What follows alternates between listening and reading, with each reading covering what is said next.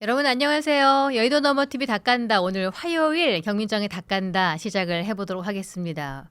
매일 평일에 오전 10시 반에 여러분을 찾아뵙고 있는데요. 지금 벌써 또 많은 분이 저희 방송하기 40분 전부터 대기를 해주고 계셔서 너무나도 감사합니다. 지금부터 생방으로 라이브 이어가겠는데요. 지금 들어와 계신 분들 좋아요 한 번씩만 누르고 시작을 해보도록 하겠습니다. 그러면 보다 많은 분들께 오늘 이 정치 토크쇼가 더 많이 퍼지게 되겠습니다.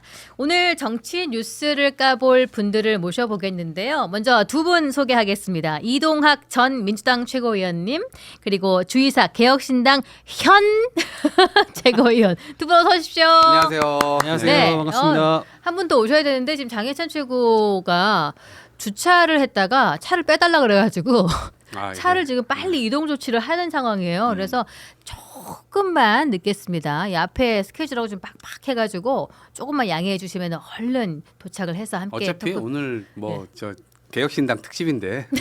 오늘 뭐 색깔 봐, 색깔 봐 지금 너무 편파적이잖아. 네.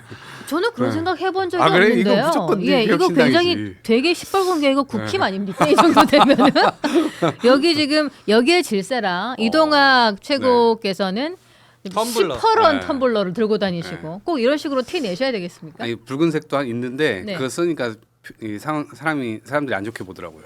저는 집에 지금 걸려 있는 옛날 정장이 전부 시퍼런 색밖에 없어서 그래요? 입을 게 없는 사람입니다. 입고 나오세요 여기. 아, 예, 그런 거 입고 나오면은 너 뭐냐, 정체성 뭐냐 이럴 것 같아서 그냥 새하얗게 하고 다니려고요. 자, 그러면 한번 좀 드셔보시죠. 식사하셨어요? 밥은 안 먹었는데. 예, 여기 오실 때 제가 뭐 제가 먹고 오지. 공복으로 다녀서 요즘에. 저는 이미 반 쪼개 먹었습니다. 네. 아, 지금 근데 이건 벌써 먹어야죠. 드셨어요? 네. 아니 저 주이삭 최고님이 벌써 저희가 좀 기다렸다가 생방 시작하면 드시라니까 감을 막 쪼개가지고 드시는 거예요. 저희가 오늘 홍씨 판매하고 잘 있습니다. 빨리 이거 잘 까져요, 잘 까져요. 까지네 진짜. 예, 그거를 그냥 그렇게 안 까셔도 되고 반 쪼개가지고 네. 저는 이게 물에 한번 씻어가지고 그냥 껍질채로 다 우와. 먹어버리는데 네. 홍시 진짜 좋아하거든요. 이야. 이거는 가을 한정판 아닙니까? 네, 이거 어디서 올라온 거예요? 이게 청도예요. 청도의 청도 반시, 청도 감 되게 유명하잖아요. 네. 제가 마이크 앞에서 씹으면 이게 막 MSR, MSR? ASMR, 그건 MSG. ASMR 그거잖아요. ASMR을 좀 해주시겠어요? 자, 그러면 저희 오늘 소개해드릴 제품을 한번 소개해드리면 자, 감으로 유명한 청도 산지 직송 씨 없는 대과 진짜 씨가 5kg인데요. 21,900원에 여러분께 드리고 있는데 양이 아주 푸짐해요. 그래서 처음에 저희가 다 익은 상태에서 얼추 익은 상태에서 배송을 하면 이게 많이 좀 물러가지고 조금 손상이 될 수도 있고 그리고 어떤 상태를 고객님들이 좋아하실지에 대해서는 또 기호가 다르기 때문에 저는 덜 익은 감을 좋아하거든요. 덜 익은 홍시. 그래서 중간 정도 익은 상태에서 오도독 오도독 소리 나는 거 봐. 사탕 먹고 있었거든요. 누가 같이 먹으래. 어쩐지 누룽지 맛이 난다 했어. 누룽지만 사탕 먹고 있는 거. 누룽지 맛 감이네 이거. 자, 그래서 이걸 제가 껍질을 이렇게 떼고 이렇게 너무 떼고 맛있다. 이렇게 해가지고 이렇게 쪼개가지고 어우, 잘 까시네. 예, 이렇게 쪼개서 저거는 얘를 이렇게 쪼개서 한 방에 덩어리가 나오네요. 이건 이렇게 후숙한 먹어요. 거예요? 이거는 이틀 된 거예요. 와 진짜 맛있다. 그러니까 내일은 더 맛있겠네 그러면. 이게 매일매일 맛이 네. 달라요. 첫날하고 마지막에 3, 4일차 맛이 다르기 때문에 요거를 좀 드셔보시면은 아마 기호별로 후숙 정도를 조절해서 드실 수가 있고요. 저는 서가지고 한 3-4개는 먹기 때문에 스튜디오 오면은 맛있는 게 많아서 요즘 너무 저는 맛있다. 아침을 안 먹고 와서 스튜디오에 있는 요런 거 하나씩 빼먹습니다. 오늘 아침에도 2알 먹고 나니까 얼마나 든든하던지 너무 맛있고 좋았습니다. 자, 여러분 21,900원이에요. 2일에서 5일 정도 후숙해서 드시면서 나날이 다른 맛을 맛보실 수가 있는 맛있는 연시. 씨가 없어요. 그래서 간편하게 드실 수 있고 씨가 없기 때문에 요거를 얼려서 드시면 아이스 홍시로도 아주 간편하게 드실 수가 있다는 거. 옆에 아이스 홍시도 같이 있거든요. 그거는 숟가락으로 이렇게 지금 통째로 드시고 계신 그거 아이스 홍시예요. 네. 아이스 홍시는 진짜 껍질이 살을 하나도 해하지 않아요? 네, 살을 다 남기고 껍질만 딱 벗겨져요, 진짜. 되게 대단하다. 좋아하는 스타일 아닌가? 네, 예, 이렇게 와. 뭐 무슨 다 버리지 않고 아낌없이 다 먹을 수 있는 거. 장일찬 최고님 어서 오십시오. 언제 살짝 들어와서 앉아 있었어. 제가 예, 바깥에서 정신없이 홍시를 먹느라 예. 방송 시간을 좀 놓쳤습니다. 밖에서 홍시 먹느라. 시작한다는 말도 못 듣고 홍시에 예. 빠져 있느라. 방금 주차하느라 못 들어온다고 얘기. 여러분 정치인의 해명이 이렇습니다. 네, 이거 이렇게 앞뒤가 안 맞아가지고 이런 식으로 하니까 홍시를 맨날. 먹으면서 주차를 하느라 한 손으로 주차를 하느라. 네. 홍시를 먹으면서 한 손으로 주차를 하다가 멋있다, 진짜 늦었다. 네. 이런 식으로 맨날 말 바꾸기를 하는 건데 지난번에 다른 프로그램 출연하셔서 사과를 너무 잘 드시던데 오늘 홍시도 좀 사과. 드셨어요. 그거 감흥 사과. JTBC. 뭐 그거 홍보해 줄 필요는 없어요. 예, 오늘은 홍시 날이니까. 그 사과 맛있어요. 그렇게 막 그냥 논평 하다가도 너무 맛있다고 막 그러길래 제가 너무 셈이 나는 거야. 아니 우리 프로그램 와가지고 좀 저렇게 좀 먹지. 잘 먹어 여기서 잘 먹어요. 예. 오, 그래요. 진짜 숟가락 주네. 예. 저 홍시 되게 좋아해요. 예, 그래서 좀 드셔보시고. 이거 어릴 때 엄마가 얼려준 기억이 나네요. 예. 장동혁 대표도 아마 시골집에서 이런 걸 먹었겠죠? 장동혁 대표가 갑자기 생각이 갑자기? 납니까? 이게 원래 하나를 이제 드리고 싶어요. 어머니들이 시골집에서 주시는 거니까 어. 그 반포 살고 서초 사는 민주당 정치인들은 모를 거예요. 이거 네. 무슨 맛인지. 6채가 있으니까 감나무도 6채겠죠? 6알씩 보내고. 만약에 뭐 요거 시골집. 예, 윤석열 대통령님께 하나 드리고 싶은 마음에 든다 안 든다. 하나 둘 아니 셋. 이건 좋은 거는 당연히 같이 드셨으면 좋겠죠. 그런 마음이 뭐 들어요. 저는 애잔한 마음이 듭니까? 사법부 최종 판단이 어찌 되었건 어제 인요한 의원도 방송에서 말한 것처럼 네. 전직 대통령이니만큼 재판이 진행되는 동안 불구속 상태여야 하는 게 맞다고 봐요. 네. 그래요. 근데 네. 너무 그러면 큰 중범죄예요. 이동학 중범죄가 대대범죄지. 이동학 최고님은 최민희 의원과 함께 먹고 싶다. 하나 둘 셋. 그래 왜 그러셨어요? 그 최민희 의원은 축의금으로 홍시 밭을 사고도 남기 때문에 예. 그 감나무 가수원을 한 100개쯤 살 수 있기 때문에 네, 뭐 보통 국회의원이 거기 가서 드시면 되겠다. 감나무 밭이 100만 원씩밖에 안 해요? 그러니까 한 사람당 100만 원이면 몇 억이 들어왔겠죠. 기본 한 3억 정도 받았을 것 같은데 어느 정도 그래요? 그 들어왔을 정도까지? 것 같으세요? 축의금이. 좀 상상을 못 하겠는데 저는. 자. 저는 아예 시당초에 저도 현직 의원이 있을 때 결혼했거든요. 근데 거기서 했습니까? 혹시 사랑제에서? 아니에요. 거기서 안 하고 그냥 예. 여기 공덕에서 예. 했는데 그때 공직자들한테 안 알리고 했어요.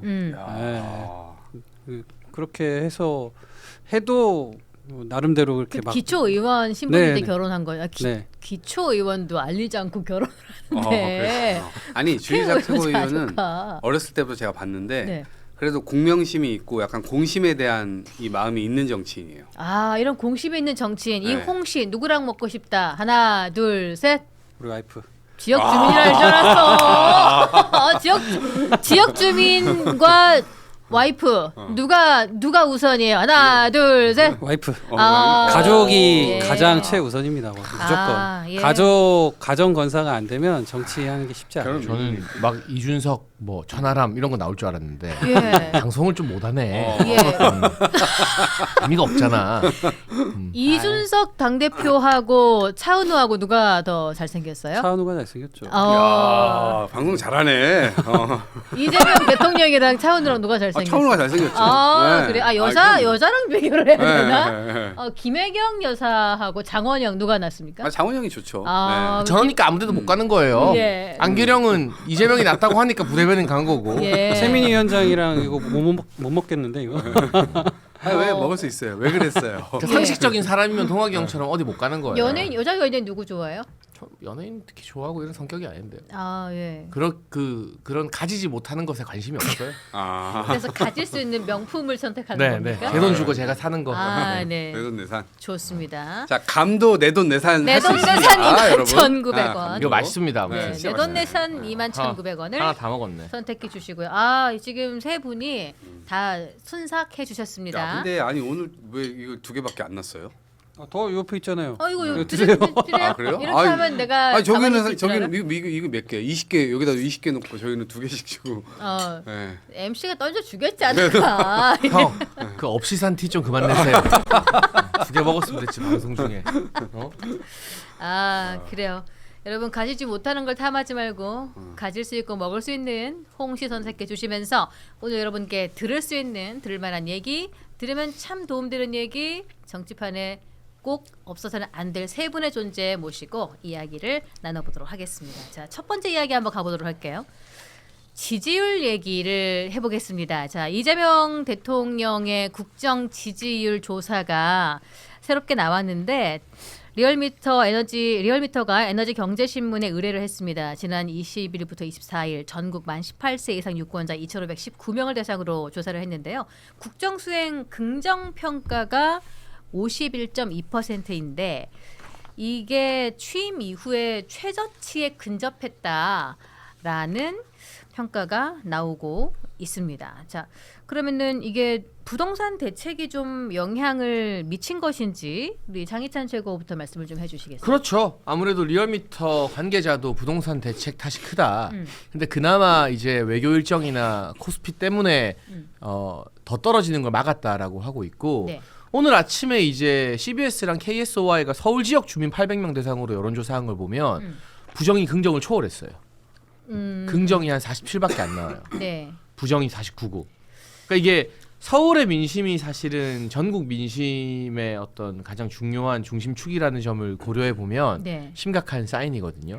그러니까 KSOI가 CBS 노컷뉴스 의뢰로 조사를 한 것 말씀하시는 거죠. 이 남녀 812명을 대상으로 조사했는데 거기서는 조금 다른 결과가 나왔다는 겁니다. 그러니까 데드크로스가 나온 거죠, 서울에서는. 네. 예, 예. 그러니까 이게 부동산 규제의 영향을 직접적으로 받는 서울부터 네. 이런 민심 위반이 일어나고 있다.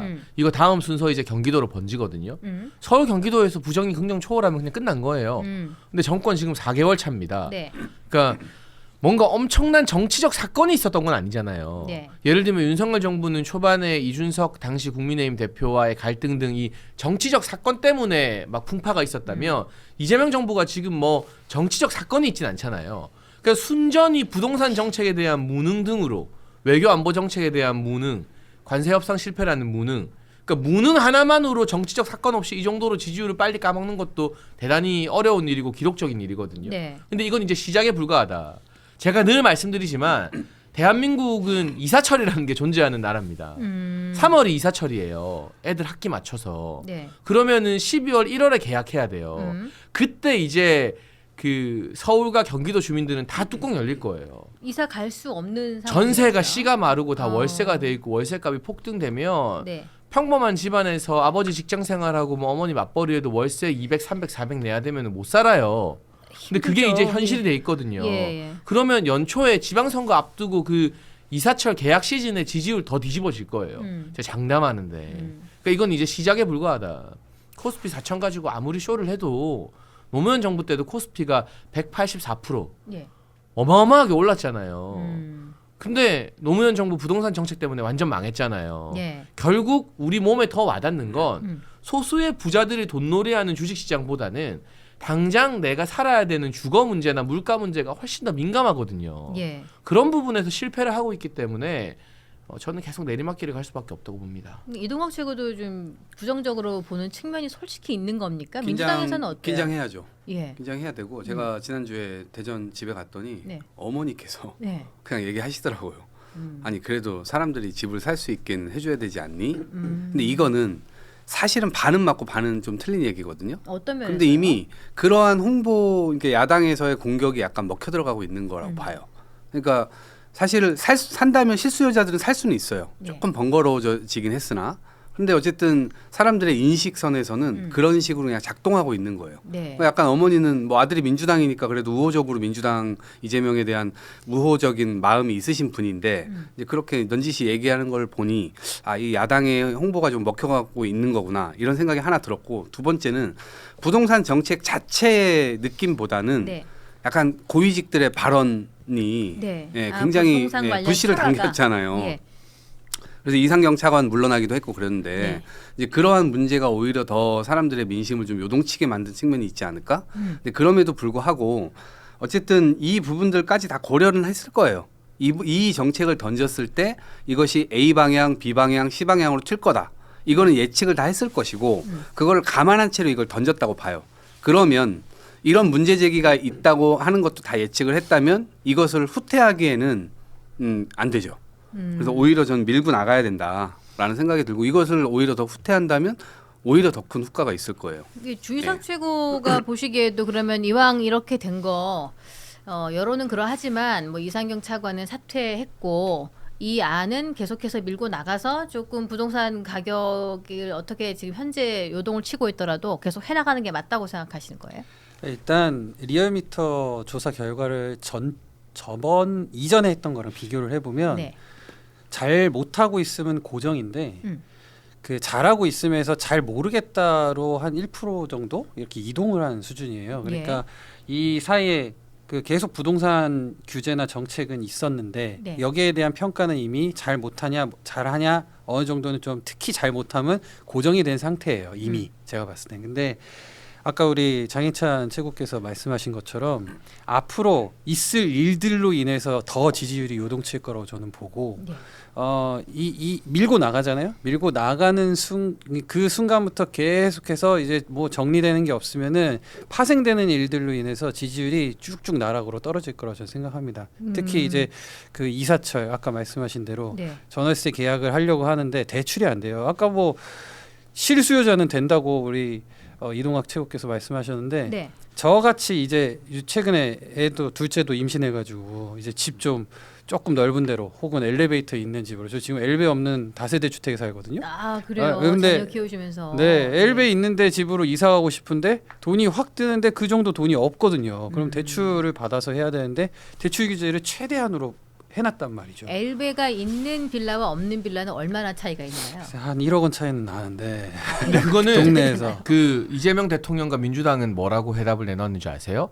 주식해서 그 돈 벌어서 살아. 대출 받을 생각하지 마라. 그게 맞아. 지금 이재명 지금 대통령실과 민주당이 말하는 거예요. 맞아요. 코스피 5천 종용하고 이사가 어디 대출을 받아? 너 같은 가분개가 너 있는 거 털어서 주식에 넣어.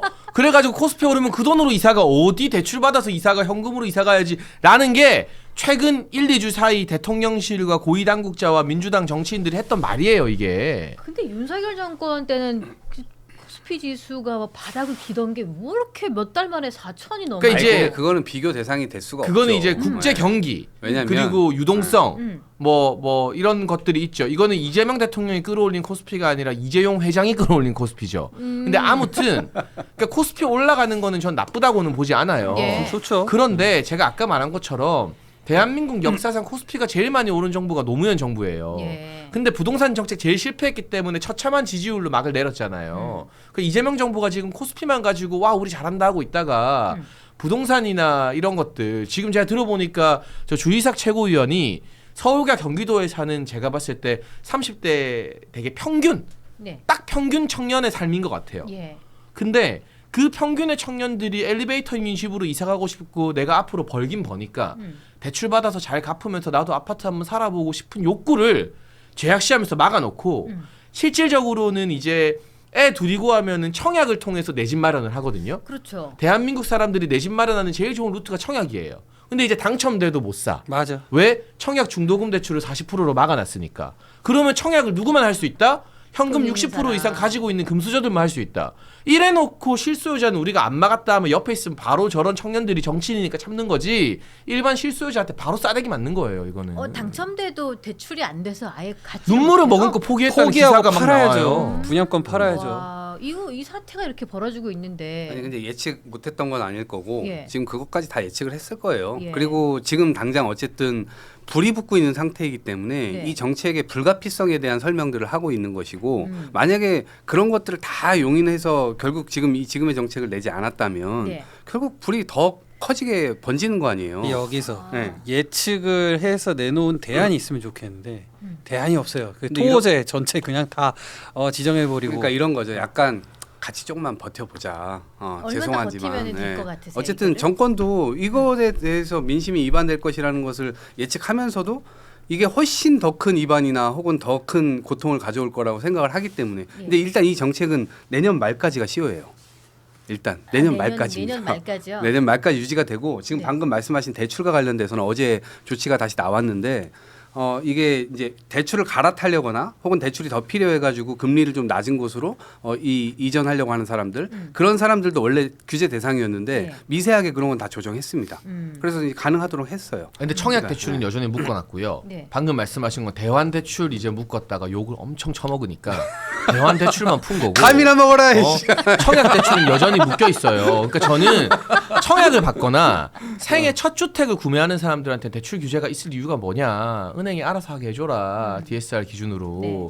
그러니까 LTV를 그 생애 첫 집 구매하는 사람들한테 묶는 것 자체가 말이 안 된다라고 보는 입장이고 같이 좀 버티자는데 왜 자기들은 장미 아파트랑 반포 아리팍에서 버티면서 주희석 최고위원 같은 사람들은 엘베 없는 빌라에서 버티라고 합니까? 그게 뭐 같이 버티는 겁니까? 네, 강유정 대변인이 저는 장동혁 대표 비판 논평하는 거 보고도 어이가 없는 게 다 합해서 10억도 안 되는 집 가지고 시골 노모집 가지고 있는 사람한테 강유정 대변인 재산 신고 보면 반포 대장 주인 아리팍 살아요. 시세가 50억이 넘어요, 예. 거기. 그리고 그분 차가 보통 국회의원하고 청와대 그 고위공직자 가면 국산차로 많이 바꾸거든요, 눈치 네. 봐서. 차가 뭔가요? 저도 최고위원 할 때 국산차 타고 다녔어요. 지금은 또 이제 자유로우니까 외제차 타고 다니지만 네. 포르쉐 까이엔 쿠페 타고 다니시더라고요. 예? 그러니까 그게 나쁘다는 게 아니라 지들은 까이엔 쿠페 타고 아리팍으로 퇴근하니까 버티자 하지. 왜 처음 4세대 주택 들어보는 살고 차야, 빌라 저런 사는 사람들 보고 버티자 처음 하냐고. 포르쉐가 그냥 서민 아파트 한 채 값이잖아요. 2억이에요, 2억. 장동혁 대표 보령에 있는 아파트보다 그 까이엔 쿠페가 더 그 두 비싸요. 채 살 수 있어. 보령에 있는 아파트 두 채 살 수 있는 거네. 아니 근데 저는 야. 그 생애 첫 집만 묶을 게 아니고 그냥 이 사람이 실거주 하겠다고 하는 그 한 가구의 한 주택의 경우는 그냥 최선을 다해서 규제를 풀려고 해야 돼요. 그래야지 뭐 그리고 보유세도 그 한 집을 가지고 있는 경우는 보유세를 화끈하게 낮춰가지고 네. 계속해서 어쨌든 개인이 아니면 가정이 예. 그 집을 점점 늘리면서 자녀도 키우고 그 세대가 이렇게 한 시기가 쭉 이렇게 뭐라고 하죠? 삶이 한 생애가 이렇게 갈 때마다 그 집이 커졌다가 또 점점 나이가 들면서 줄어들 텐데 그런 기본적인 인간의 생애 주기에 맞춘 주택 규모를 계속 이 대출이나 뭐나 뭐 나이에 따라서 규제하고 뭐 이런 식으로 하는 것 자체가 내년까지만 참으면 된다고 아니, 이동원 근데 최고가. 다른 측면의 이거 문제가 참았다가 있어서. 풀리면은 이제 집값이 또 막 올라간다고요. 이 욕구가 아, 풀리면 2년 묵혀놨던 거 한꺼번에 아니, 뛰는 그것도 거 아니야? 그것도 한 해에 2억 우려가 뛸 거. 있을 수는 있죠. 네. 근데 지금 우리가 정부를 딱 이제 인수하고 나서 보니까 예. 지금 개인의 뭐 이 빚 문제나 예. 아니면은 뭐 자영업자들의 뭐 빚 부채 문제나 음. 이런 것들이 지금 거의 터지기 직전이었다는 거예요. 네. 이제 그런 상황 속에서 대출이나 이런 것들을 더 풀어서 지금 뭐 대출 받아가지고 집을 사라 이 정책을 그대로 유지하기에는 실제로 더 큰 문제가 이제 예견이 됐던 거죠. 예. 그래서 이 욕을 먹을 걸 알면서도 불가피하게 그렇게 한 것이고 그리고 지금 1주택 실수요자에 대해서 1주택을 뭐 지금 주택 안 갖고 있는 사람들 그리고 앞으로 내가 실수요자 할 의지를 갖고 있는 사람들 이런 사람들에 대해서는 그냥 토지거래 허가제로 묶였기 때문에 그 부분만 허가만 받으면 그냥 지금 원래대로 할 수 있는 거예요. 아, 그래서 예. 그것까지 모든 걸 다 막은 건 아니에요. 예. 그래서 뭐 민주당 주도 하여튼 더 열심히 잘 해보도록 저도 목소리를 내겠습니다. 대출, LTV, DSR 뭐 좀 풀거는 각종 풀어주도록 청년 각종 입장에서 규제가 이렇게 많은데 뭐 풀어줬다고? 영종도로 이사하면 안 되나? 저 서대문 구의원이 거기로 가면은 유원직 박탈돼요. 아 장동혁 대표도 이게 실수요자로 여사칭을 하고 있는데 주체 정도 할 수 있어요. 아이 자유로운 영혼이 싫어져. 근데 보세요. 네. 다 지금 국민들이 열받는 게 니들은 묶어놓고 정작 강남에 집 샀네. 그리고 지역구에는 임대 사네. 예. 근데 장동혁 대표는 강남 대신 구로에 집 샀다는 걸로 이 프레임이 그냥 끝나버려요. 네. 그게 보니까 장동영 대표가 부동산 투기에는 전혀 관심이 전혀 없는 관심이 사람처럼 없어요. 보이긴 그러니까 했어. 정말 투자나 투기 패턴이 투기 없어. 목적이면 그 지분까지 포함한 4채 6채를 다 정리하고 똘똘한 한 채를 사는 게 맞아요. 강남 3구나 마용성에. 근데 구로에 집 샀고 제가 구로 주민들을 무시하는 게 아니라 우리가 노도강 금강구라고 하잖아요. 네. 그게 서울의 중심지에서는 약간 벗어난 대표적인 지역으로 묶이는 데잖아요. 구로에 집 있지. 충남 보령에 김병기 원내대표 같은 사람은 4선 활동한 동작에 집도 안 사는데 자기 지역구 시골집 전혀 오를 가능성이 없는데 아파트 사고 부모님 그 사실은 지금 기준으로 보면 판잣집 같은 부모님 모친이 살던 집 물려받고 이거는 미담이죠. 그러니까 이 민주당과 대통령실 덕분에 장동혁 대표의 인간적 미담, 흑수저라는 게 오히려 드러난 셈이죠. 근데 이걸 가지고 역공이라고 하니까 더 욕을 먹는 거예요. 그러니까 지금 이게 멘붕이 온 것 같아. 민주당이.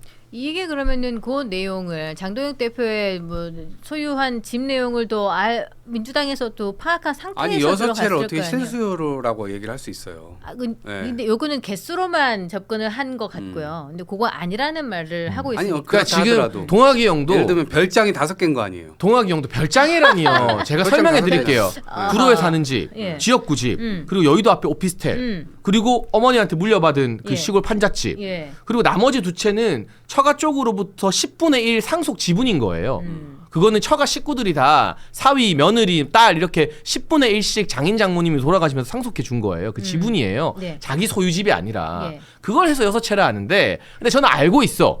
우리 그 정치권의 대표적인 정말 소탈한 서민인 우리 동학이 형은 심정적으로 장동영한테 공감할 거야. 그 시골집에서 눈 쓸고 막 하는 거 보고. 근데 저 형이 반포 아리팍 살고 포르쉐 까이엔 타고 다니는 강유정한테 공감을 할까요? 30억 넘는 장미 공감보다 아파트 김병기한테 부러운 거 공감할까요? 아니 참 부러워. 분당에 그렇진 30억 가지고 않습니까? 있는 이재명한테 공감할까요? 못해. 그러니까 정말 나는 동학이 형은 비판 안 해. 다 알고 있어. 다 여기 우린 사람이 다 너무 알고 있어. 착해가지고. 예. 아뭘 알아? 왜 이렇게 나를 잘 이것만 알아? 봐도 왜? 그냥. 왜 날 잘 알아? 댓글에 보면은 이동학 오늘도 홍익인간 됐다. 공천 받아야 될 텐데 이런 댓글이 막 올라오고 노고가 있어요. 많으시네. 영종도에 살면 아무 문제가 없는데. 아 그리고 영종도로 이사 오세요, 여러분. 자기 지역구의 아파트를 선택하지 않는 의원들이 너무 많잖아. 여야 불문 많이 있는데 많죠. 대구시장 하셨던 분들 다 대구에 집 없었잖아요. 다 서울에 있고 관사 살았잖아요. 그냥 홍준표 시장 전 시장이었던 권영진도 그렇고. 그리고 홍준표 시장님은 퇴임할 때 네. 그렇게 얘기했잖아요. 서울 시민으로 돌아가겠다. 대구 시장이 그런 분들 많아요. 국민의힘 국회의원들도 그런 분들 많죠. 네. 많이 여야 불문 많이 있는데 네. 뭐 이거는 뭐 한쪽만 까기 위한 건 아니지만 제가 어제 막 뉴스 보다가 전남 소속 민주당 의원들이 그 해당 지역에 집 있는 사람이 한 명도 없대요. 야, 대박. 전부 그거 이제 한 국힘이랑 명은 판박이네 그거는. 한 명은 우리는 대구에 아니, 한 명은 대박이야. 있을 걸? 우리는 대구에 한 명은 있을 걸. 한번 해봐. 살찐 내기해봐. 고양이들 누구? 오늘 출연료빵 해? 대구에 한 명 있나 없나? 한번 난 있다 해볼게. 아 근데 있겠지. 어. 그럼 광주도 우리도 있다 그러면. 경북에 한 명 있을 걸? 야, 전남대 경북 한번 해봐. 근데 머지않아 요거 언론사에서 조사하겠지. 전수조사 전수조사 나온다. 하겠죠. 전수 나온다. 그러면은 하자. 밥 한번 사기. 밥 한번 사기. 하자. 밥 한번 사기. 어느 쪽이 더 많은지 근데 비율로 내가 따져야 돼 불리해. 대신. 내가 이겨도 내가 동학이 형한테 어떻게 벌어도 먹어. 비율로 아. 따져가지고 아 이제 돼 그냥 아, 그 정도는 살수 떡볶이 먹으면 있어? 되지. 아, 그래? 아. 두끼 떡볶이 가서 무한리필로. 눈물 나. 되게 잘 어울린다. 아, 약간 짠돌이 이미지인가 내가? 그런 건 아니잖아.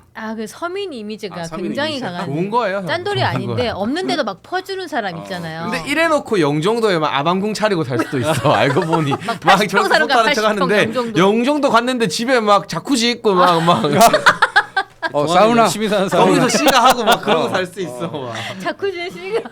사우나 설치하고 모르는 막 거야, 또 킹 사람. 사이즈 침대 하고 막 이렇게 야, 살고 있습니다. 우리 장혜찬 최고는 사용하는 언어가 참 달라요. 포르쉐 뭐 아까 뭐라고요? 뭐 쿠페라고 까이엔 그랬던 것 쿠페. 같아. 뒤에 까이엔- 것만 들려. 앞에 거는 처음 듣는 확실히 거였어. 다른 삶을 사는 것 같아요. 그러니까 저는 포르쉐가 근데 그게 뭐 종류가 잘못된 건 뭔지 잘 아니니까. 몰라요. 그리고 그냥 집에 무슨 뭐 큰 뭐 목욕탕 있고 이런 이렇게 자쿠지 있고 사용하는 언어가 다른 거야. 역시 얼마 전에 유럽 갔다 와가지고. 예, 그런 거 잘 유럽에 알죠. 굉장히 기품이 넘치는 사진을 막 페북에 올리길래 저는 근데 이런 거에 솔직하잖아요. 그러니까 나는 이런 걸 추구하고 내로남불이 아니다. 그리고 이런 욕망을 가진 사람들이 성공하기 위해서 열심히 일해서 사회를 발전시킨다라는 게 보수와 저의 어떤 철학이기 때문에 예. 그게 저는 전혀 숨길 일이 아니고 당당한데 근데 대통령 모실 때는 제가 제 정치를 하는 게 아니라 참모니까 네. 너 제발 페이스북에 스시 먹는 사진 이런 거 올리지 마라 그래가지고 그때는 이제 차도 국산차로 바꾸고 했던 거고 네. 그때는 이제 제가 참모니까 제 정치할 때 저는 그런 거 안 숨겨요. 근데 민주당은 그 남들의 욕망은 제약시하면서 뒷구녕에서 자기들이 그 욕망을 충족시키고 있으니까 그게 이제 국민들이 열받게 하는 일인 거죠. 근데 그 민주당에 계시는 분들이 국힘에 계신 분들보다 재산이 이렇게 더 많지는 않죠. 많진 않아요. 네, 적은 그냥 비슷할 왜냐면 거예요, 약간? 그게 당연하다고 생각하시는 분들을 중심으로 이루어져 있죠. 근데 우리는 그런 걸 남들도 안 막는다라는 거고. 그거는 그러니까 세상을 자유롭게 바라보는 할 수 있는 거다. 여기 세계관이 좀 다른 거죠. 네, 근데 그게 약간의 이제 발목을 잡는 예. 때로는 내로남불 프레임에 걸리고 그러니까 세계관이 서로 진보와 보수가 다른데 예. 그 세계관대로 살지를 못하는 모습을 보여주게 되면 그게 대중에 노출이 되게 되면 네. 약간 이질감을 느끼게 할 수 있는 요소가 되죠. 예, 그렇군요. 아니 같은 세계에 사는데 말만 다르게 하는 것 같은데요.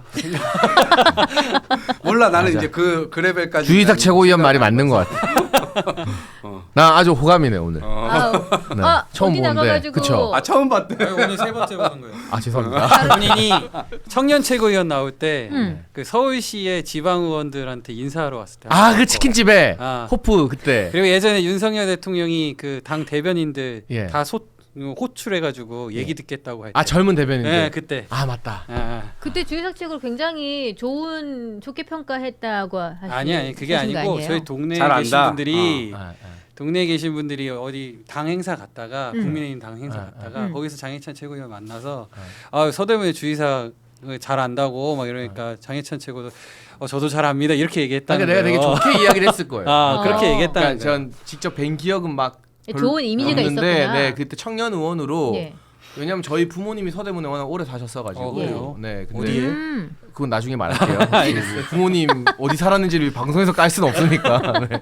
아무튼 그 지역구를 좀 잘 알거든요. 예. 그래가지고 좋은 이미지가 제가 그리고 정치 입문을 정두원 의원 모시면서 해서 네. 그게 서대문 을이잖아요. 정두원 의원님 국방위원장 할 때 제가 그게 언제? 2015년이죠. 그때 이제 그렇군요. 의원님 모시면서 그래도 좀 합리적이시고 했었기 아, 때문에 예. 그 지역을 좀 잘 알죠. 네. 이렇게 화기애애한. 근데 굉장히 열심히 하시는 걸로. 예, 근데 지금 서대문 구의회가 개판이죠. 예. 막 자기들끼리 고소하고 막. 오, 네, 그것도 네. 아시네. 네, 잘 오. 알죠. 거의 국회 수준이네요. 그 나는 정도면은? 서대문 하면 참 속상한 게 김동화 같은 인간이 국회의원을 한다는 게 난 정말 이 서대문 주민들 입장에서는 자존심 상할 근데 일이다. 그거 너무 그렇게까지 나가지 말고 왜냐면 그렇게 나가도 난 김동완 의원을 잘 몰라서 내가 실드도 못 쳐주고 아니 나는 나는 일방적으로 얘기가 끝날 거 아니야. 나는- 난 모르는데. 나는 이동학이 국회의원 하는 거에 아무 불만이 없어. 빨리 해야 된다고 봐. 보통 이동학에겐 불만이 없어요. 왜냐하면 정말 밑바닥부터 고생하고 정치가 뭔지 배우고 어렵게 정치를 했으니까. 근데 김동화처럼 아무 정치권에 고생한 게 없다가 대통령 변호인 잠깐 하고 배지 주워 먹는 인간들이 난 너무 열받는 거야. 그게 약간. 근데 이게 정치라는 영역이요. 어디서 무슨 절차를 거쳐서 뭘 배워서 진정성 있게 솔직하게 했던 사람들이 잘 되는 구조는 아닌 것 같아. 근데 결국에는 그렇지 않은 사람들 그냥 쟁취하는 거 아니에요? 다른 근데 의미가 결국에는 있고. 또 고생한 사람들이 마지막에 또 큰 인물이 되죠.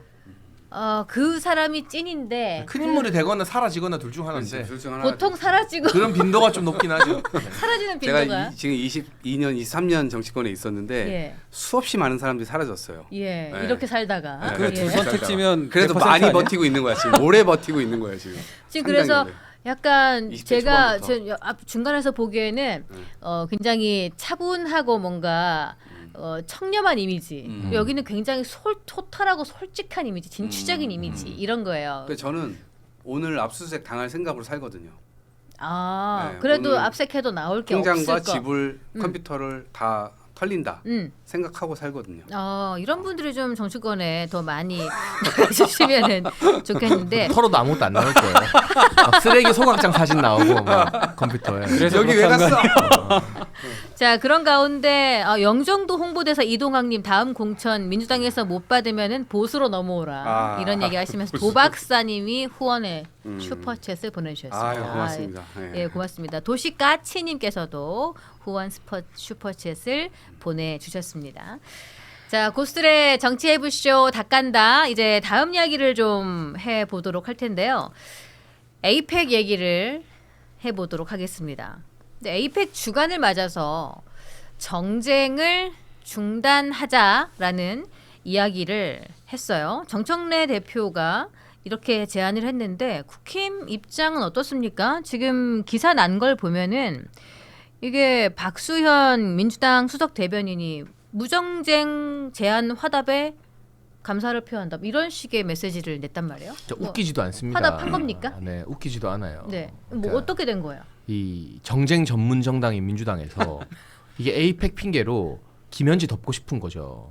10월 29일이 운영이 김현지 나오느냐 마느냐 결정하는 날이니까. 아니 그러면 현지 부르면 우리가 정쟁 안 해줄게. 현지 받고 콜. 근데 김현지 안 데리고 나올 거잖아요. 그러니까 결국 김현지 가지고 이 왈가왈부하지 마라 이렇게 이야기하는 거죠. 예. 그러니까 정쟁 중단 제의가 아니라 현지 중단 제의인 거예요. 이거는. 근데 누구 맘대로 김현지 이야기를 안 하면 국감이 다 맹탕 국감이 될 텐데 그거 어떻게 받아줍니까? 근데 저는 국민의힘 지도부가 뭐 잘 응대하고 있다고 봐요.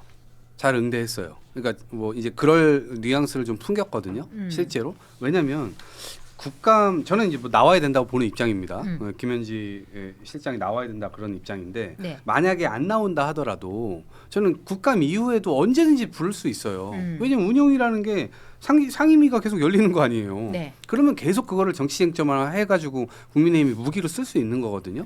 네, 그렇기 때문에 그 부담을 계속 안고 있는 거예요. 네. 그런데 에이펙 기간에 이제 국회의원들이 또 에이펙이나 이런 것들에 대한 어떤 조명보다는 이쪽으로 와서 다 모든 게 쏠려 있고 그것이 기사가 나가는 게 대부분 정쟁으로 또 기사가 나갈 거 아니에요. 네. 그러면 다른 정상들이 보기에 한 20개국 정상들이 온다는 거 아닙니까? 네. 그런데 여기 와가지고 한국 여야가 싸우는 모습을 보면 야, 이 나라는 얘네 이거 갈라치기만 하면 이 나라는 뭐 쉽게 우리가 외교적으로 굉장히 뭐 이렇게 능하게 좀 요리할 수 있겠는데 이런 생각을 하게 될 것 같아요. 네. 그렇기 때문에 외교에 관해서는 저는 입장을 좀 적어도 통일할 수 없다 하더라도 적어도 그때만큼은 좀 숨을 죽이고 네. 제대로 된 에이펙 정상회담에서 제대로 성과를 낼 수 있게 특히나 이번 공급망이나 반도체나 뭐 히토류나 이런 여러 가지가 지금 다 걸려 있고 관세까지 다 걸려 있는데 뭐 관세나 이런 것들은 에이펙에서 논의 안 한다 하더라도 안정적인 이 국제 질서의 공급망 뭐 확보 이런 것에 대한 성과 어떤 성명서가 좀 타결돼서 나오면 네. 굉장히 큰 성과거든요. 예. 그래서 그런 것들에 좀 조명을 해주고 좀 집중을 해주는 게 좋지 이게 않을까? 혹시 네. 지난번에 9월에 이재명 대통령 뉴욕 순방할 때 법사위 추나대전 때문에 한바탕 소란이 있었잖아요. 그때 뭐 시선을 다 빼앗기잖아요. 윤석열 오빠에게 무슨 도움이 되냐. 네. 나경원 간사 호소인께 그렇게 이야기를 하면서 그 이슈가 다 덮였잖아요. 그렇죠. 네. 그러면은 지금 주이삭 최고 보시기에는 이런 부분이 요 정쟁 아까 장해찬 최고 표현대로 표현을 빌자면은 정쟁 유발 집단에서 이런 식의 제안을 하는 게 좀 어떻게 보이세요? 일단 정청래 대표가 본인 정치 인생에서 무정쟁을 했던 기간이 얼마나 되는가 한번 돌이켜봐야 될 것 같아요. 그렇지 않습니까? 야당 시절에 야 이렇게 부드럽게 매긴다고? 아무렇지 않게 그렇죠. 본인들이 바로 직전 정권 시절에는 예. 어떻게 행동했는지 한번 돌이켜봐야 될 것 같아요. 뭐 탄핵 뭐 몇 번 했죠? 탄핵 시도를 단 한 번도 쉬지 않고 정쟁을 일으키셨던 분이 지금 이렇게 얘기를 하는 것은 예. 당내 지지층이라든지 또 대통령실에 어느 정도 눈치 봐서 하는 내수용 제안인 것 같고 당내 자당내. 네. 그래서 특히 이제 부동산의 이슈랑 또 김현지 이슈랑 이렇게 해가지고 다 꽤 힘드시니까 지금 뭐 스타로 치면 같이 얼라이 맺고 끝내자.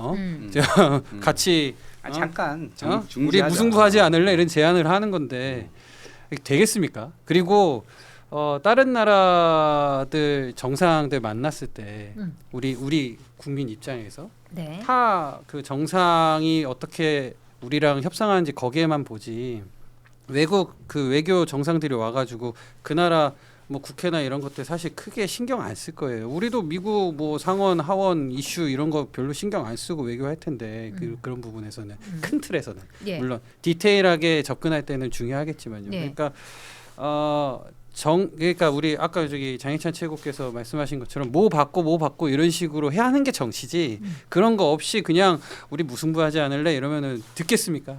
좀 한심한 제안이라고 생각합니다. 예. 그러면은 이거는 단순히 김현지 출석을 덮기 위한 그런 제안일 뿐이다. 그렇게 말씀하시는 거예요? 네, 뭐 그런 취지로 말을 하는 것 같은데 뭐 전 그런 것은 아니라고 보고 어찌 됐건 에이펙이 성과를 내는 것이 굉장히 중요하고 네. 특히나 지금 중국 시진핑하고도 만나고 또 트럼프하고도 만나고 일본 신하이 총리하고도 만나고 다 이렇게 지금 예정이 돼 있어요. 근데 그런 가운데 의회에서 계속 정쟁이 일어나는 그러니까 이를테면 소음이죠 그냥. 네. 그 김현지가 뭐라고 그걸 계속 소음을 일으키고 뭔가 대통령을 공격하기 위한 투쿠션 전략을 쓰는 것인데 근데 저는 외교만큼 더 중요한 것이 있나? 진짜 국익을 위한다면 각 당의 정당들이 이 국익 앞에서는 같이 국민을 위해서 숙여줘야 된다. 제가 이 부분에서 이 지점에서 하나 그냥 전례를 하나 얘기를 해보자면 네. 바로 직전 추석에 명절에 스타도 한 판 같이 못하면서 지금 이 시기에 정쟁하지 말자고 하는 게 먹히겠습니까? 저는 뭐 택도 없는 소리라고 마음은 생각합니다. 모였으니까 함께 하자. 마음 모였으니까. 이게 그러니까 정청래 대표 페북에 보면 어제 최고위에서 우리 무정쟁 하자 이 제안하면서 그 전날까지 본인이 어떻게 했냐면은 오세훈 시장이 같이 토론하자 이렇게 얘기했을 때 본인 페북에 이렇게 올렸어요. 오세훈 딱하고 옹졸하다. 부동산 폭탄이나 회수하길 바란다. 자기 발등에 떨어진 시한폭탄에 국감장에서 제대로 말도 못하더만 센 척하기는 특검 수사나 잘 받아라 이렇게 하고 그 다음 날 우리 어제까지는 정쟁했지만 오늘부터 무정쟁하자 이렇게 하고 있는 상황인데요. 그러면은 그래도 아무리 국민의힘이라도 그래도 협조해서 같이 잘 해 나가야 되는 건 맞잖아요, 장혜찬 제가. 그렇죠. 예. 그런데 협조할 최소한의 명분도 안 주잖아요. 최소한의 명분이라는 게 어떤 그러니까 거예요? 이를테면 법사위 간사 선임도 지들 마음에 안 든다고 못하게 하는 게 국회 운영에서 야당은 인정하는 입장입니까? 그러니까 주의사 최고위원도 구의회 운영 경험이 있겠지만 그 각 당의 간사들은 당에서 알아서 하는 거예요. 예. 이거 이 핑계로 저 사람 안 된다, 저 사람 안 된다 하면 아무도 상임위원장이랑 간사 못 합니다. 그러니까 이런 최소한의 어떤 그 뭔가 협치가 필요한 부분이 아니라 남의 집안 살림까지 들어와 가지고 숟가락이 몇 개네 젓가락이 몇 개네 하면서 경찰 노릇하고 있는데 무슨 협치고 무슨 협조가 가능하겠습니까? 그리고 법안이나 뭐 여러 가지 의제 관련해서 네. 국민의힘은 내란 정당이라 무시하고 개혁신당은 의석수 적다고 무시하고 그러니까 보수 성향 야당들에 대한 일말의 존중조차 보이지 않거든요. 네. 근데 자기들 필요할 때만 협조하래. 그게 결국 일진들이 삥 뜯으면서 야 우리 친하게 지내자 하는 거랑 뭐가 달라요. 삥을 안 뜯고 폭력을 학폭을 안 하고 친하게 지내야 되는 거지. 네. 거기서 아 그래 우리 친구인 줄 알고 야 우리 친구니까 100원짜리 하나 주면서 저 매점 가가지고 피카츄 돈가스 3개랑 콜라 2개 사오고 잔돈 너 해. 우린 친구야. 사이좋게 말 잘한다. 하는 거 그게 뭐 사이 좋은 거예요? 그게 협조가 가능해요 그게? 뭐 피카츄를 사오라고? 아니, 그래서 이 지점에서 어느 한 정당이 정치 세력이 과반 이상을 가져가는 순간 이 꼴이 나는 거라고 저는 생각을 해요. 일단은 아니 그러니까 막대한 권력이니까. 그거는 뭐 게다가 민주당이- 집행부까지. 민주당이 뭘 했다기보다 국민의힘이 다 만들어준 거잖아요, 솔직히. 예, 그렇게 이거는 국힘이 자초해서 그렇죠. 이렇게 예, 만들어져서 국민의힘이 어쨌든 총선을 그리고 대통령을 통제하지 못해가지고 대통령이 의대 증원 문제 그냥 밀어붙이게 하고 총선 앞두고도 뭐 대통령 담화해가지고 오히려 더 그냥 기름을 끼얹는 그런 발언들을 하게 하고 네. 그다음에 뭐 황상무 뭐 회칼 테러 뭐 이런 얘기들 정리도 빨리 안 하고 그다음에 호주 대사 뭐 보내고 그러니까 뭐 그런 식으로 이제 대처를 해서 사실은 민심 위반이 일어나서 네. 이 결과가 나왔고 예. 또 그 결과로 인해서 초유의 계엄 사태를 막았잖아요. 만약에 우리가 저희 민주당이 다수당이 아니었다면 지금 독재국가 됐을 거 아닙니까? 그냥 총칼이 다 휘두르고 그냥 뭐 이준석 잡혀가고 다 그랬을 거 아닙니까? 한동훈 잡혀가고. 네. 네. 그러니까 그런 상태를 이미 막았고 다만 말씀해 주시는 취지는 뭔지는 알겠어요. 다수당이 됐고 또 다리 차면 기울잖아요. 그러니까 민주당도 너무 힘자랑으로 계속해서 일관하고 이제 그런 방식으로 뭔가 틈을 열어주지 않으면 저는 오히려 이런 상황에서 약간 역공을 당할 빌미를 줄 수도 있다고 봅니다. 그리고 오늘 아까 여론조사 얘기했지만 서울 민심이나 이런 건 약간 보수가 가표집된 측면도 있지만 네. 그럼에도 불구하고 지금의 보수가 결집하고 있고 다시 민주당의 어떤 지지세나 이런 것들이 뭔가 좀 옅어지는 거 아니야라고 우려를 표할 때 네. 이럴 때 다시 좀 심기일전할 필요가 있다. 그리고 아까 장채고 말씀하신 대로 뭔가 우리가 정쟁 중단하자라고 얘기하기 전에 약간 먼저 그냥 전화 같은 거 좀 해가지고 아니면은 대변인끼리 혹은 정무수석끼리 뭐 이런 식으로 좀 만나게 해가지고 야 너네 진짜 우리가 카드 하나 들어줄 테니까 3일 동안은 정쟁 중단하자 11월 1일까지는 뭔가 그런 또 뒷거래 그런 뭐 게 지금 뒷거래가 전혀 나쁜 게 아니에요. 없이 하는 거잖아요. 그러니까 정치가 그렇게 해서 좀 살아 있어야 된다고 보는데 그런 게 없고 만약에 뒤에서 채널이 없고 앞에서만 지금 이렇게 싸우면 보여주기식밖에 안 되는 거죠. 그래서 아까 우리 MC께서 진정성이 없는 그런 부분에 대한 이제 상황을 좀 설명해 주셨던 것 같습니다. 예. 저도 그 부분이 되게 아쉬워요. 네, 지금 정치가 좀 있어야 되는. 힘 있는 데가 원래 그런 식의 좀 내려놓고 진정성 있는 모습을 보여줘야 정치가 돌아가거든요. 이게 서로 메시지 싸움인 것 같은 게 서로 왜 이렇게 엇박이 나지 싶어가지고 시간을 보니까 어제 국민의힘 최고위가 오전 8시 반에 개최가 됐고 민주당 최고위가 9시였는데 장동혁 대표가 8시 반에 에이펙 성공을 위해 모든 힘 보태겠다라고 이야기를 하니 정청래 대표가 9시 30분 뒤에 에이펙 기간에 정쟁 중단하자. 그러니까 이렇게 얘기한 게 내가 먼저 하자 해서 그렇게 했더니 그게 아니죠. 순서가 약간 오히려 안 장동혁 맞는 거야. 대표를 칭찬해줬으면 오히려 그거를 화답하는 메시지를 냈었다면 이게 그러니까 서로 이 지금 추미애, 선우가 바뀌어서. 추미애 정청래 싸우는 것도 같이 그냥 뭐 그래 더 해봐 뭐 이렇게 뭐 하면서 본인이 마치 거기에 그거 리드하는 것처럼 표현하는 거 아니 이것도 약간 말씀하신 게 맞아요. 좀 긁었네. 약간 이동학의 네. 정치라면 네. 아 고맙다. 어. 그렇게 말해줘서 당 대표로서 존경스럽다. 그렇게 같이 딱 가자. 규정을 해버렸으면 그렇게 했으면은 룸이 됐을 거야. 좁아질 텐데. 근데 그래놓고 박수현 수석 대변인이 무정쟁 화답에 고맙다는 얘기를 어제 낮에 3시쯤에 하고 그거 지나서 국힘 박성우 수석 대변인이 선뜻 공감하기가 어렵다. 보여주기 시선언이 아니라면 책임 있는 자세로 증명하라. 그 시간이 이게 그렇게 되었죠. 서로 메시지 내기가 바쁘고 서로 그냥 자기가 주도권을 찬탈하려는 그런 자태로밖에는 보이지가 않아서 그 에이펙 주간 저는 울산에 내려가려고 표를 보니까 없어요. 여기서 울산 가는 표가 그러니까 경주로 끼니까 그런지 와 오전 표가 내일 가려고 하고 없더라고요. 너무 놀랐는데 그 정도로 많은 인파가 몰리고 있는 것 같아요.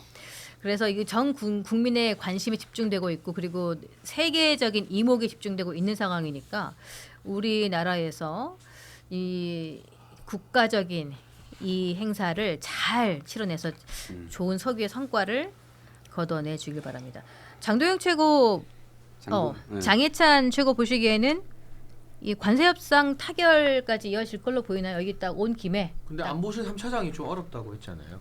아예 어제, 어렵다고. 네. 에이펙 계기로 타결되긴 좀 어렵다. 지금 그럼- 들어보니까 미국은 250억 달러 7년, 우리는 175억 달러 10년 정도인데 뭐 언젠가 되긴 되겠죠. 올해를 넘기진 않겠죠. 지금도 자동차 회사와 부품 회사들이 죽어나고 있고 이 관세 협상 미타결의 결과로 우리 기업들이 해외로 이탈한 횟수 엄청나다고 막 기사가 나오고 있으니까. 예. 근데 어쨌든 타결이 돼도 협상의 첫 단추에서 이재명 대통령이 트럼프 대통령한테 찍혀서 네. 막 되게 설벌한 트윗 올라오고 했잖아요. 그러니까 초반에 3,500억 달러라고 너무 세게 질러버린 거예요. 그러니까 이게 타결이 돼도 국익에는 해다. 근데 타결이 안 되면 더 큰 해다. 그러니까 뭐 어쨌든 맞을 거라면 그래도 빨리 타결하고 손해를 좀 감당해야죠. 타격이 되든 안 되든 국가 차원에서는 굉장한 부담이다. 우리 이동학 최고도 그렇게 보시는 거예요?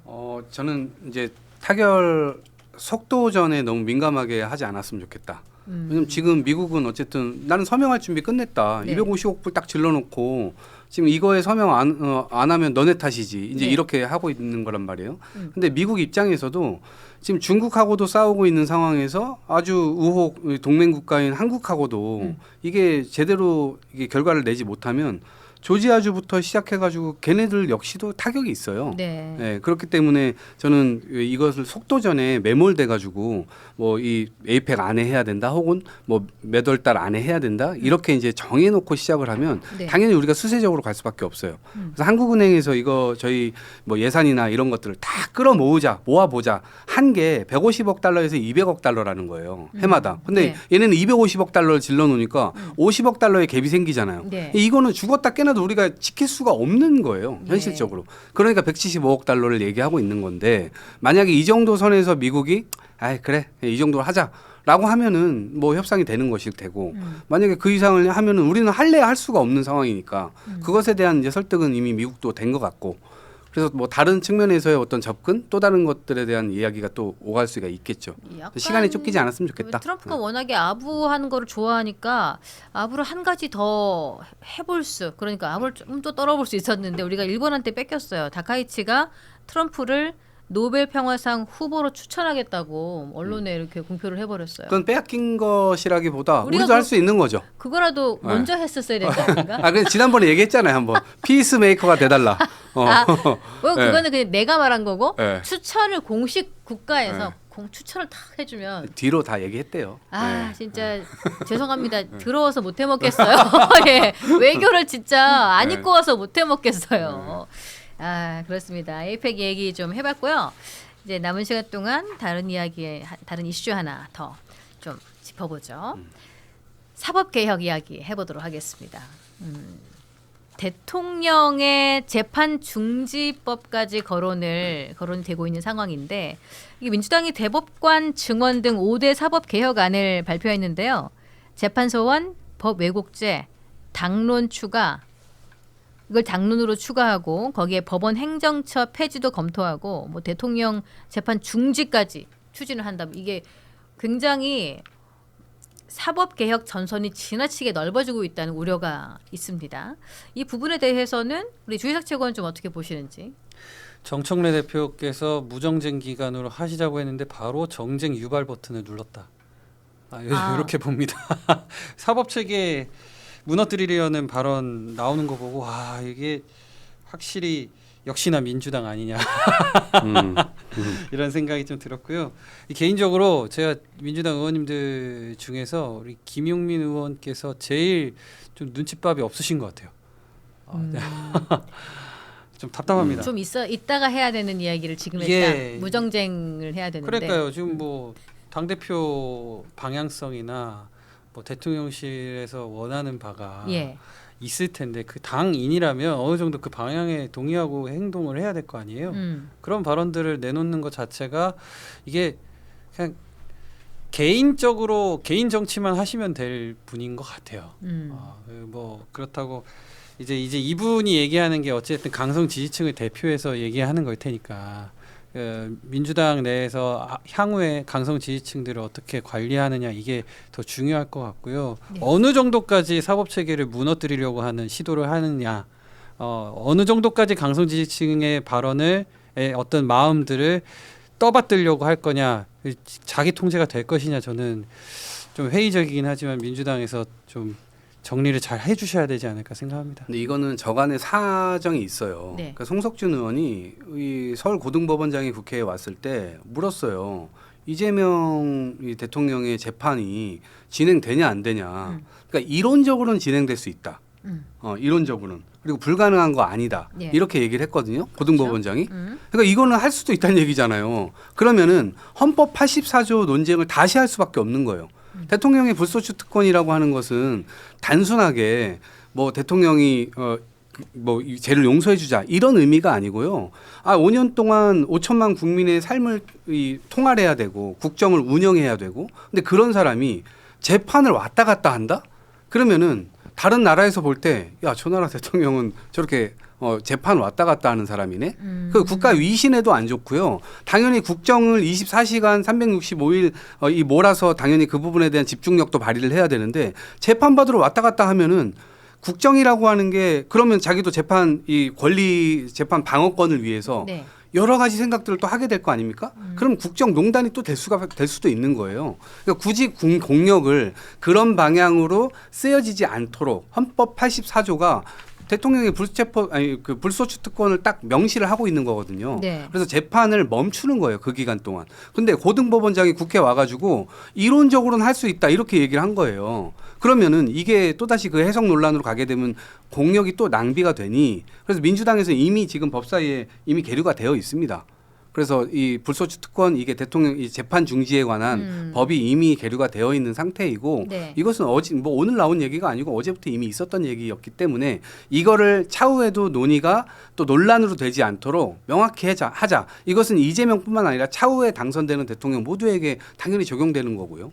네. 이게 그러니까 사법개혁이 점점 전선이 너무 넓어지다 보니까 사실 재판 소원 같은 경우에는 판결 자체의 법적 잘못을 국민이 문제를 삼을 수 있게 만드는 것이고 법 왜곡죄도 이 법관 등의 사법 관련자가 법을 자기 뜻대로 해석하거나 왜곡하는 행위를 범죄로 규정하는 것이거든요. 그러니까 그 사법 체계를 아예 믿지 않는 그런 전제 하에서 이루어지고 있는 것이고 이렇게 믿지 않는 가운데 대통령을 재판하는 것도 사실은 신뢰하지 못한다는 그런 의사가 좀 표출되고 있는 상황이어서 지금 사법개혁 김용민 의원이 추진을 하자 재추진하자라고 했던 것에 대해서 좀 전반적으로 이야기하십니다. 근데 이거 뭐 자기들이 통과시키면 밀어는 붙여지겠지만 몇 가지는 헌법적으로 위헌의 여지도 있어서 헌법재판소에 넘어갈 가능성도 있고요.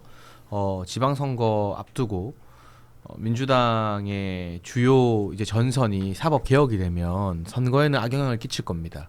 그러니까 민생이나 경제가 아니라 결국 국민들은 이재명 대통령을 뽑았죠. 여러 혐의나 전과에도 불구하고. 그런데 그거는 일 잘할 것 같아서라는 측면이 있었거든요. 실제로 민주당의 선거운동 방향도 그래 우리 도덕적이진 않아. 그치만 유능하고 일은 잘해였어요.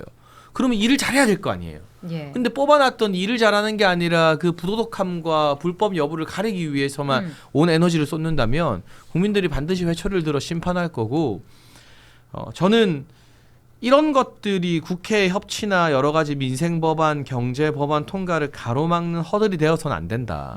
그런데 이 무리한 사법 개혁안을 들고 나오면 국민의힘은 의석수가 부족하니까 또 장애로 나가고 죽기 살기로 싸울 수밖에 없습니다. 그리고 이런 안들은 대부분 개혁신당도 동의하지 못하는 안들일 거예요. 예. 글쎄요. 뭐 실제로 어느 정도 추진을 하고 검토할지는 모르겠습니다만 저는 그 보유세 인상과 마찬가지로 사법 개혁안들에 대한 실제 법안 추진도 선거 이유가 될 거다. 그러니까 지방선거를 민주당이 이기면 네. 보유세 인상이나 이런 사법 개혁안 등이 힘을 받고 통과될 가능성이 높고요. 지방선거를 야당이 승리하면 이런 것들이 좀 좌초될 가능성이 높다. 그래서 이번 지방선거가 그만큼 단순히 뭐 시장 누구 뽑느냐가 아니라 이런 국회 상황까지도 연동되는 굉장히 중요한 선거라고 봐야겠죠. 그럼 민주당의 입장에서는 부동산이든 사법개혁이든 지선 끝내놓고 하는 게 맞지 않아요? 민주당 입장에서는. 아니 오히려 지금 동력이 있을 때 해놓자라고 하는 여론이 더 있겠죠. 법사위에서는. 그러니까 지금 전체 그 원내가 동력이 있으면 있다는 거가 어떤 의미예요? 뭐 어쨌든 지지층의 동력, 지지층이 실망해서 만약에 민주당 밀어줬더니 이거 안 되겠다라고 해서 내부에서부터 이게 지지를 철회하거나 혹은 뭐 중간으로 간다. 이렇게 되면 지방선거 치를 동력이 또 그럼 어려워지잖아요. 지지층의 동력이라는 게 빨리 뽑아놨으니까 빨리빨리 추진 좀 해라. 그래서 지금 개혁할 건 전방에 좀 빨리 하고 개혁을 좀 해라. 이거 하는 또 모습을 천천히 보여주는 세워라 거. 내워라 하면서 옅어지게 하지 말고 빨리 끝내고 그다음에 지방선거 체제로 가자라고 하는 주장이 지지층에서 있는 거고. 그런데 그렇지 않아요? 네. 그렇게 극강으로 격하게 지지하는 극렬 지지자들은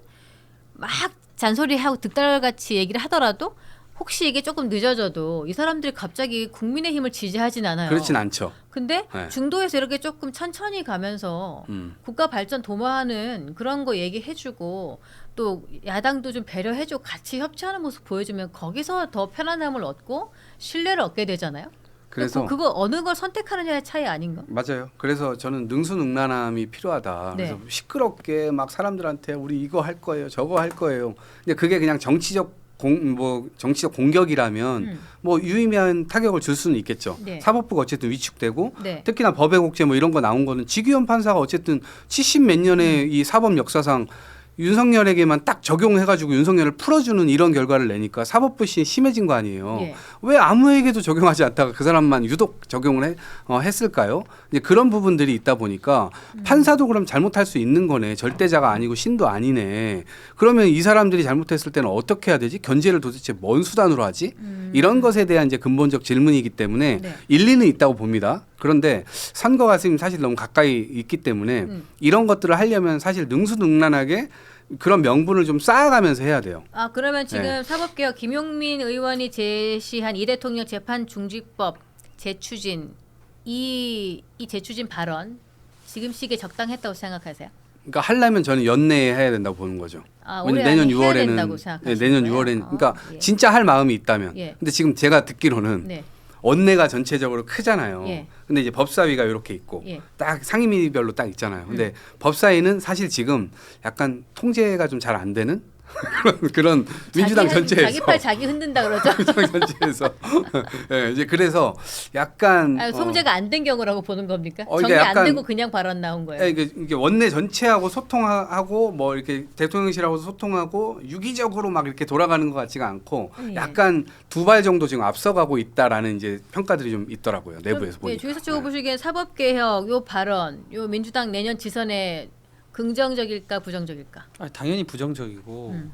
그러니까 아까 MC께서 말씀하신 것처럼 중도층한테 과연 먹히겠느냐. 그러니까 계속 사법 체계가 흔들려지는 건데 뭐 지기현 판사 뭐 사례나 뭐 이런 것들을 근거로 이 추진을 하는 거지만 사실은 검찰에서 거기에 대해서 항의를 하고 네. 다시 뭐 판단을 받으려고 노력을 했었어야죠. 근데 그런 부분들이 다 이제 멈췄던 부분이기 때문에 분명히 그 뭐 개혁의 필요성이 있긴 하죠.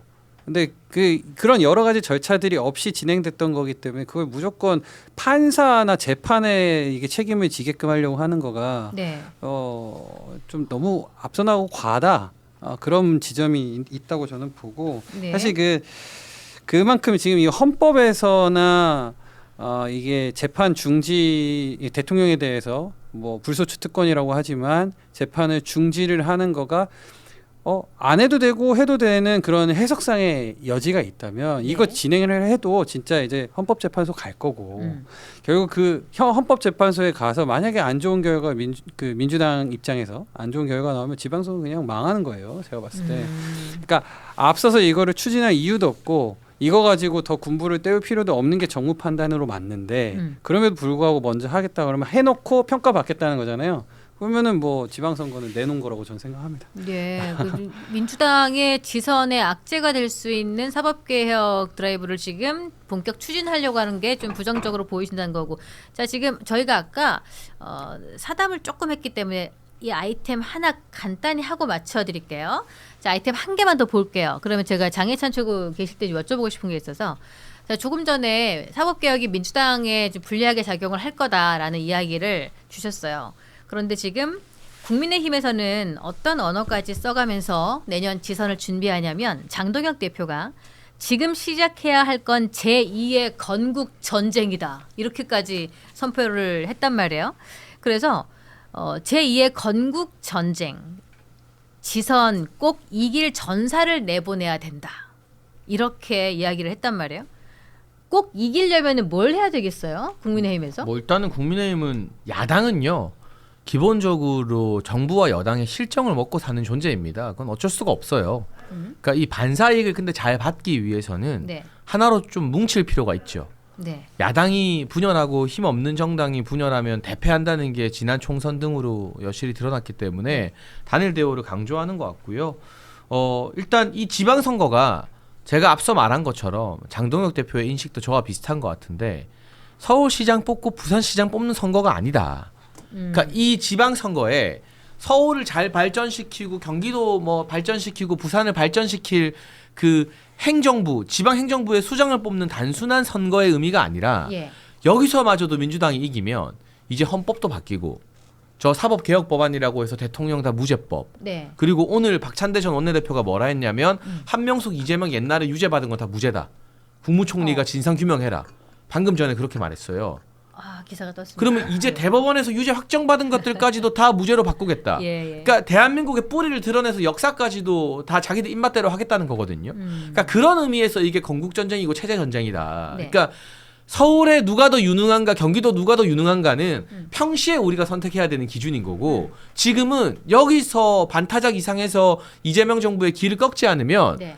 저 한명숙까지도 무죄 만들라고 오늘 원내대표 출신이 말했다니까요. 예. 이렇게 다 뒤집어진다. 뭐 사법개혁 법안이고 뭐 보유세고 할 거 없이. 그러니까 그걸 막는 게 그만큼 중요하다. 그러니까 정치적으로 어떤 의미에서는 총선보다 더 중요한 분수령이 이번 지방선거가 될 수 있다라는 그런 의미로 저는 해석을 하고 있습니다. 근데 이게 건국 전쟁이라고까지 칭하니까 혹시 윤 대통령을 면회하고 나서 별 메시지가 없었어요. 그냥 그 면회 당시의 상황을 묘사한 것밖에 없었는데, 근데 혹시 뭐 보수 결집, 중도 공략, 이 투트랙으로 한번 가봐, 뭐 이런 메시지가 있어서 그런 건 아닐까? 뭐 들은 얘기 없으세요? 뭐 저는 대통령이 면회 무슨 상황은 얘기를 뭐 그 특별 면회도 아니었고 일반면에는 여러 사람들 다 있는 예. 공간에서 칸막이도 있고 10분밖에 안 되는 거잖아요. 근데 거기서 뭐 정치 현안에 대한 이야기가 오가기는 좀 불가능한 상황이죠. 그와는 무관한 그냥 현실 인식이라고 생각합니다. 제가 들은 거는 네. 뭐 3단계 전략을 쓰려고 한다. 음. 뭐지 김민수 최고도 얘기했어요 공개적으로. 첫 번째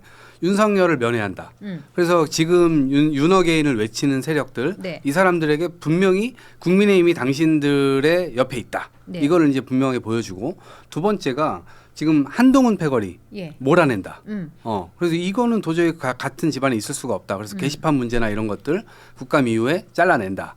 그리고 세 번째가 이제 중도층 공약을 한다. 이렇게 이제 지금 3단계 전략을 쓰려고 하는데 제가 볼 때는 이거 윤석열이 했었던 100년 전 전쟁, 흉범 홍범도 흉상 네. 뭐 딴 데로 빼자. 뭐 이런 거 전쟁했잖아요. 네. 그러니까 국민들이 그런 문제에 얼마만큼 관심을 갖겠어요. 지금 우리가 하루하루가 정말 버거운데 정치권이 자꾸 이런 얘기를 하고 특히나 국민의힘이 왜 100년적 논쟁을 지금 하려고 하지? 근데 지금 장동혁 대표도 제가 볼 때는 굳이 왜? 그리고 역사상 역대 대통령들 뭐 인지도는 다 있죠. 네. 인지도는 다 높은데 이승만에 대한 인기가 그렇게 높아요?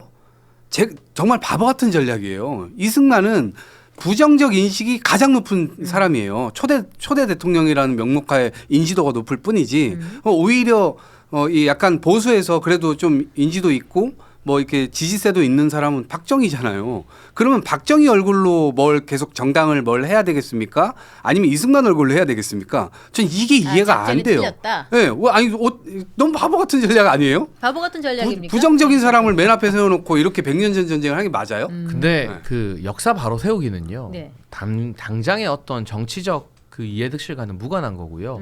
그리고 이승만 전 대통령이나 박정희 전 대통령 얼굴로 선거 안 치르죠. 지금 중요한 거는 민주당과 이재명 정부의 부동산 폭정, 부동산 내란 이거 심판 이야기만 해도 선거할 수 있습니다.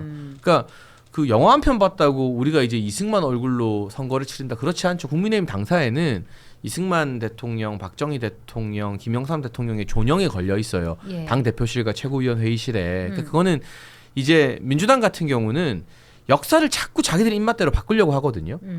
그러니까 그런 부분에 대해서 우리가 역사의 공가를 바로 알자고 주장하는 거지 다가오는 선거를 뭐 전직 대통령, 초대 대통령 얼굴로 치르고 말고 할 사안은 아닙니다. 그냥 민주당 잘못한 것만 지적하고 저거 잘못이에요. 바로 잡아주세요만 해도 야당은 선거할 수 있습니다. 예. 그래서 근데 제가 지역에서 네. 진짜 이 얘기 저 얘기를 많이 듣는데 주민들 뭐 시장 한번 제가 인사드리면서 얘기를 듣거나 예. 가끔 이제 전화도 주세요. 뭐라고 하냐면 야 장동혁 대표 그 왜 면회 가가지고 정치적으로 죽은 시체 같은 사람을 왜 찾아가가지고 똥볼을 차냐. 아, 보수를 지지하시는 네, 분께서 예. 저한테 연락 주시는 분들 한 열에 한 7, 80%는 보수 지지자분들이세요. 근데 네. 뭐 저희 당을 지지하지 않더라도 말이죠. 저 주의사건 지지해 주시고 근데 그만큼 한심하다고 얘기를 하셔요. 네. 그 당 지지하시는 분들이. 네. 근데 이 장동혁 대표가 이번에 얘기하신 것도 정청래 대표가 얘기한 것처럼 저는 내수용 발언이라 보거든요. 그러니까 결국 지지층들에게 전투력 그 투지 강화를 위한 발언이었다고 생각하고 그런 용어를 선택을 했다고 생각을 해요. 건국 전쟁 뭐 이런 거. 근데 민주당은 이 욕을 먹으면 용어로도 바꾸려고 해요. 근데 좀 네. 이상한 방향으로 하죠. 뭐 예를 들면 뭐 성폭력 피해자를 피해 호소인으로 바꾼다든지. 근데 이 국민의힘 같은 경우는 약간 그런 용어 선택을 바꾸려고 하는 노력조차도 지금은 좀 없는 것 같아요. 예. 그거는 제가 봤을 때는 단지 이 극우라고 표현되는 그런 공격들 그런 것을 민주당에서 하는 정치적 공격이라고 생각하고 아직 좀 덜 맞은 거 아닌가. 그래서 자신들의 말과 행동에서 사실은 그 극우라는 평가를 받는 것이 기인이 되는 건데 예. 오늘 이긴 총장 안 하는데 그런 인지를 좀 하셔야지 이런 표현도 좀 바꿀 수 있을 것 같아요. 그래서 지지층을 위한 어떤 표현에서 그치지 마시고 정말 국민의힘에서 장동혁 대표가 중도층의 지금 지지율 어쨌든 아까 리얼미터 조사에서 7% 차이 나잖아요. 네. 그런 부분들 이겨낼 수 있는 국민의힘으로 좀 바뀌시려면 중도층에 맞는 표현을 좀 하시는 게 좋겠다. 아까 저도 사실 제가 국민의힘 탈당할 때 그 여러 가지 중에 이슈 하나가 홍범도 영상 옮기는 거예요. 그 수잘데기 없는 거예요. 그 애를 쓰셔가지고 애시당초에 이준석 대표 그 쫓아낼 때부터 이상했지만 아무튼 그런 이상한 것들 보고 야, 이 당은 제가 그때 당 생활 2년밖에 안 했는데 야, 나가야겠다 이 생각이 드는 거야 나도. 네, 그런 것들이 좀 없으면 좋겠습니다. 예, 그러네요. 뭐 들리는 소식은 팍팍한데 입은 답니다. 예, 요거 들어. 맛있네요. 진짜. 예, 요거 아주 새빨갛게 잘 익었네요. 요건 많이 익은 거고, 요거는 약간 익어가는 과정에 있는 거. 그래서 저희가 홍시 청도에서 아주 청도가 홍시가 유명하죠. 감이 아주 맛있기로 유명한 청도에서 5kg 21,900원에 여러분께 소개해드리고 있고요. 많은 분들이 너무 맛있다고 말씀해 주셔서 참 뿌듯합니다. 그리고 좋은 농가 소개해드리고 또 좋은 음식 함께 나누고 여의도 너머 몰에서 네이버에서 검색하시면은 함께 하실 수가 있으니까 여러분께서 많이 드시고 이 가을 건강하게 잘 챙기시기 바랍니다. 저 빨간 게 마치 폭발하기 직전에 경기도 서울 부동산을 보는 것 같습니다. 네. 폭발하기 직전에 부동산처럼- 국민의힘은 아니고 부동산처럼 우리 민주당 덕분에 죽다 살았어. 잘 팔리라고 표현하시는 거죠? 정말 폭발적인 맛입니다. 제가 하나 먹어봤던 피가 철철 흘리고 있는데 고통을 예. 못 느껴. 서울 부동산 맛입니다. 오늘 그 서울 지지율 보셨죠? 역전된 거? 네. 그 저기 보수 과표집된 아니 그- 긍정 부정. 그거요? 네. CBS에서 조사합니다. 참고로. 네. 아 그래요. 참 뭐 감 열심히 소개하다가 정치 얘기하고 역시 정치 고수들은 다른 것 같습니다. 저희 여의도 너머 TV 닭간다는 매일 오전 10시 30분에 여러분을 찾아뵙고요. 저는 월화 여러분과 함께하고 있습니다. 계속해서 알찬 정보로 여러분과 함께 만나겠습니다. 수고해주신 세 분 고맙습니다. 감사합니다. 감사합니다.